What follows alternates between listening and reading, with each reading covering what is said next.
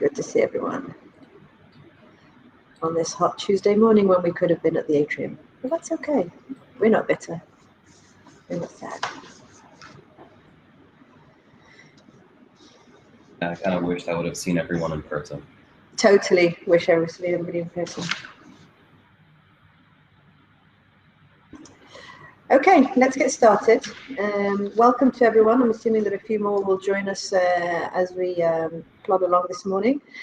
Thank you to everybody for accepting the last minute change. We really did want to get back to doing our first in-person event for 12 months, but as luck would have it, COVID-19 is hopefully only mildly resurging its head, but think of the other consequences of how many IPOs would have had to be postponed if the room full of B2B marketers would have been plagued by COVID-19 on this fair Tuesday morning. So thank you for joining us online. Thank you to our amazing speakers who I know that you've all had to make adjustments also at the last minute. My name is Billy, for those of you who don't know me, and I'm managing partner here at Marketing Envy, Israel's leading B2B tech marketing agency. And we are joined this morning by a really fabulous and professional team of B2B marketers who I'm in awe of their work, and even more so over the past week or so as I've gotten to know in depth what they've been up to for the past 12 months, and I've no doubt that you guys will be impressed as well. We're joined by Michael Yehoshua, who's the VP of Global Marketing of SCADAfence, and we're joined also by Kobi Katzal, who's the Director of Growth at Guesty.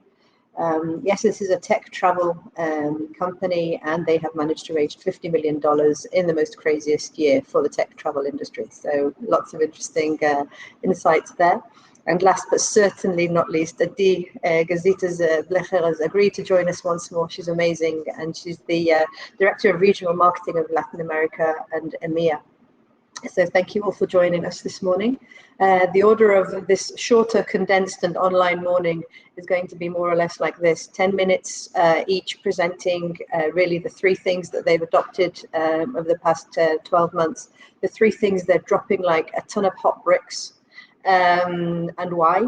So that's literally 10 minutes each. And then following that, we're going to have an interesting panel discussion with everybody. I can already tell you that there are a couple of points of contention, something that Kobi swears by, and Michael would rather chop off his hand rather than continue with it. And likewise for Adi. So I've already picked up on a few points that are really points of contention. So it's going to be a really interesting discussion. Anybody who wants to ask questions, there is the chat button on the left. So please feel free to ask questions on the left. And we've got Gemma here who's moderating everything, and she can also turn your video on if you want to ask questions in person, in person on camera, you know where I'm getting to. So without further ado, I'm going to introduce you to Michael Yehoshua, who, as I said, is the VP Global Marketing of SCADAfence today. But little did we know that in the past, Michael was a death metal lead vocalist and also guitarist. I have no picture evidence of this, and now he's also already put up his presentation before I could put up a picture, but maybe I'll find it later, that I think it might be him. But yeah, this is his moment of glory. So Michael, please take it away. Sure, just want to make sure you guys can see my screen. Perhaps put it in presentation mode so we'll see a bit bigger. Yeah, you can see it though? We can definitely see it, yeah. Great, okay, awesome. That's brilliant, yeah. Great. So first of all, thank you everyone for joining us today. For those of you who don't know me, I do marketing for a company called SCADAfence. And we do cybersecurity rather, for industrial networks like manufacturing, critical infrastructure, smart cities, basically places where you can't have traditional cybersecurity. It's a very competitive market, many mergers and acquisitions over the years. A lot of companies raised millions, hundreds of millions, and even billions over the last year. It's a pretty crowded market. And I'm going to tell you about three things that we should drop and three things that we should adopt. But I see that we have a lot of skilled marketers in the audience. So I'm actually going to ask you guys, which one are you going to drop and which one are you going to adopt? Remember, one of them here we're keeping and one of them we're dropping like a pile of bricks, as Billy said. So please put it in the comments. Are we putting in Are we dropping social media or are we dropping email marketing? I'll give you guys a second.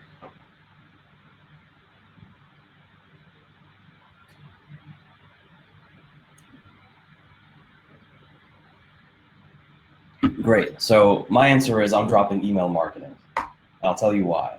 I mean, some of you guys who have written they're dropping social media, I understand you. My CEOs and CROs and high-level executives are like, really, social media, right? It's like a soldier on Call of Duty goes out with a model on Instagram, right? It's just a joke.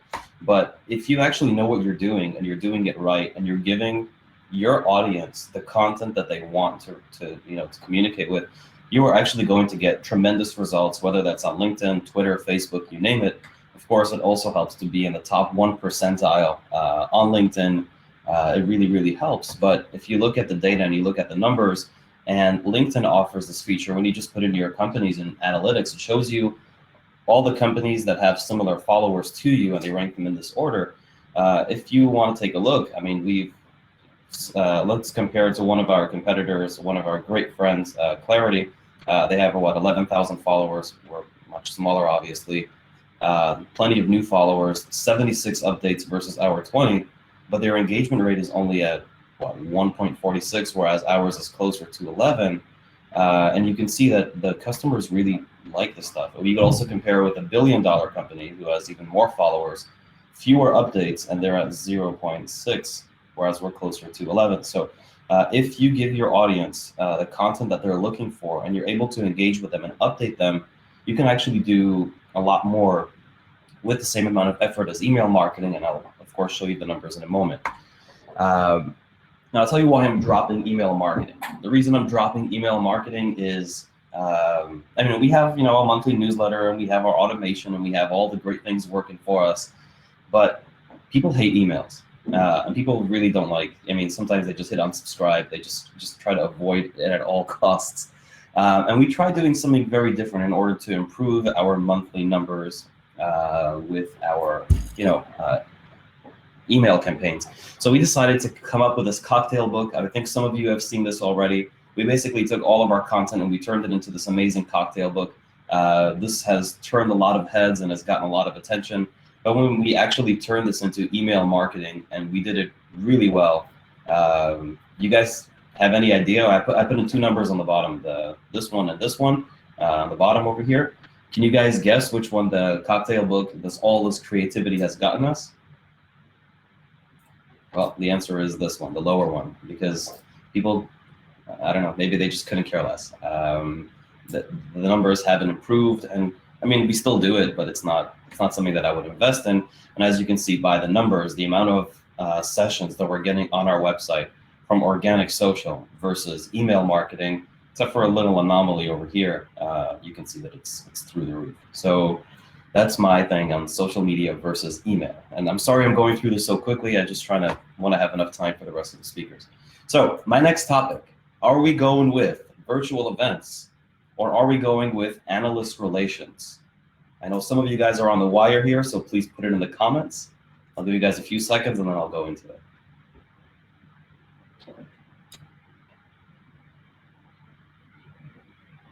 All right, the answer is I'm dropping virtual events and I'm going with analyst relations, and I'll tell you why. I think many of you guys have seen these virtual events and we've done, multiple. They're expensive and they suck.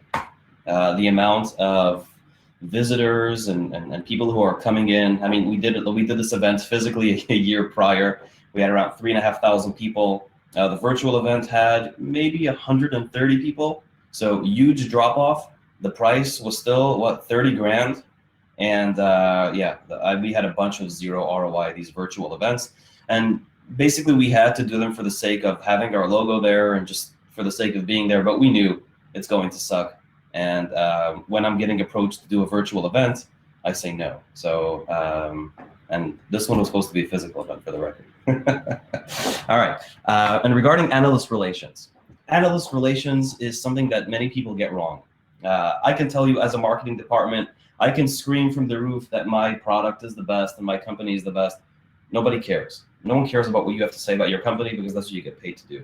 Analysts, they don't get paid to talk about your company. They look at the market, they analyze it, and then they tell you, all right, these are companies who you should be looking for. And by doing a lot of briefings and by talking a lot with these analysts, they can put you on, like, I don't know, lots of their reports, and you're mentioned all over the place. Of course, winning awards is always fun, but after you cross the threshold with Gartner, don't forget, I know that they're like the biggest, but there are other analysts as well. They make these radars. Here's a Frost & Sullivan, another one of their competitors, and they put us over here on the top right-hand side of their what's it called, the radar, and it's really nice to see that, but they're not the only one, and we can do this for multiple. I can show you many examples. Again, we're on the top right-hand side versus some competitors over here who raised, billions of dollars or hundreds of millions, and we just beat everyone out. So when a customer reaches out, to 3-4 analyst companies, and they say, yeah, we've identified your company as one of the best companies, you just qualified all of your leads, and they're coming in, your salespeople are selling, and you're doing well. And final question for today: are we taking ideas from successful competitors, or are we creating unique content? Please put them in the comments section, and I want to hear what you guys think.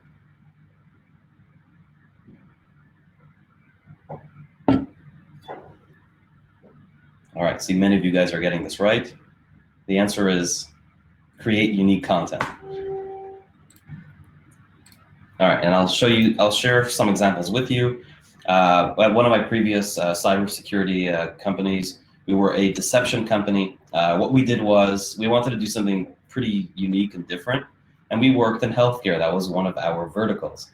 So what we did was we designed an entire fake hospital network. We made it like a whole fake hospital, and then we sold it to hackers on the darknet market. We sold the credentials to the hospital, and then we lit a cigar, we poured ourselves a glass of scotch, and we watched them hack the living crap out of that hospital. And then we turned that into a white paper. We showed where the attackers were coming in, what they were doing. That was astronomical. Not only did it raise our numbers by I think 1,700%, a growth in followers in a month, but also led the company to raise $18 million in a round investment. I think it was a round C. And at SCADAfence, the current company, we do a lot of incident response cases. So I worked with my incident response team, and we turned actual stories of how we helped customers get out of targeted ransomware attacks, and we turned those into white papers. And that, of course, has been very popular. I think we've also raised a respectable $14 million a few months ago, because of research like this. But it's not only that. You can also be unique and tell a story in a unique way. I know that I'm the father of comic books, and everyone laughs. They know that I write a lot of comic books. But for my 6-year-old daughter at the time, I wanted to create a story for her. She asked me, what do you do at work?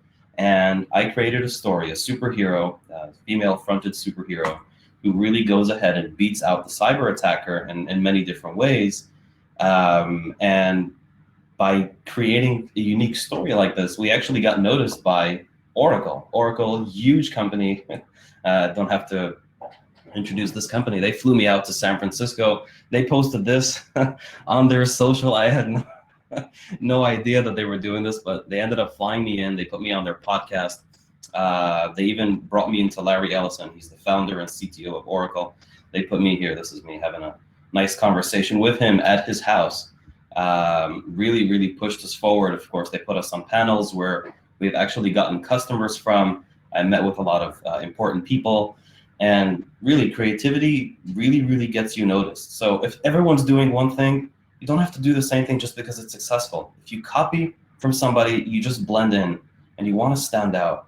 So my message to you is be unique, be brave. Yeah, it might not be conventional, it might not be best practices. Who cares? Rewrite the rules, be yourself, and that's how you'll win. Yeah, that's it.